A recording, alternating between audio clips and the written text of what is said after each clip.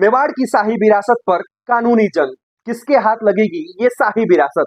पूर्व राज परिवार के भीतर कानूनी जंग और तेज हो गई है। संपत्ति विवाद अब सीधे सुप्रीम कोर्ट से होते हुए दिल्ली हाई कोर्ट तक पहुंच गई है।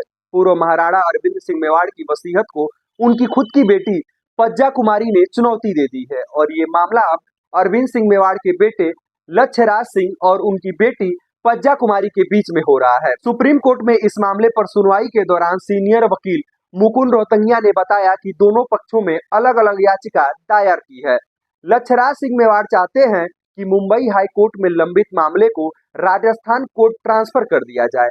वहीं जो उनकी बहन है पज्जा कुमारी, वो चाहती है कि जो जोधपुर बैच लंबे समय से इस मामले को खींच रहा है, उस मामले को अब मुंबई हाई कोर्ट ट्रांसफर कर दिया। सुप्रीम कोर्ट के सुझाव के बाद अब ये फैसला लिया गया है कि सारे case Delhi high court transfer कर दिए जाएं।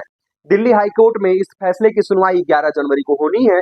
कोर्ट ने यह भी कहा कि परिवार में कोई और भी लंबित मामला हो तो उसे दिल्ली हाई कोर्ट ट्रांसफर कर दिया जाए, जिससे कि इस केस को और आसानी से समझा जा सके। मेवाड़ के पूर्व राज परिवार में संपत्ति विवाद आज से नहीं, ये दशकों पुरानी है।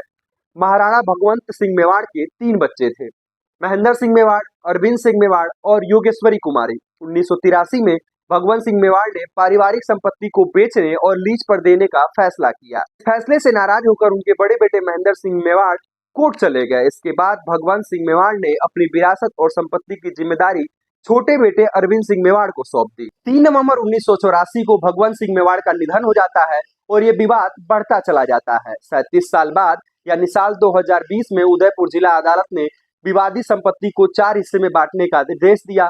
एक हिस्सा भगवंत सिंह मेवाड़ के नाम और बाकी 3 हिस्से उनके तीनों संतानों को देने का निर्देश दिया।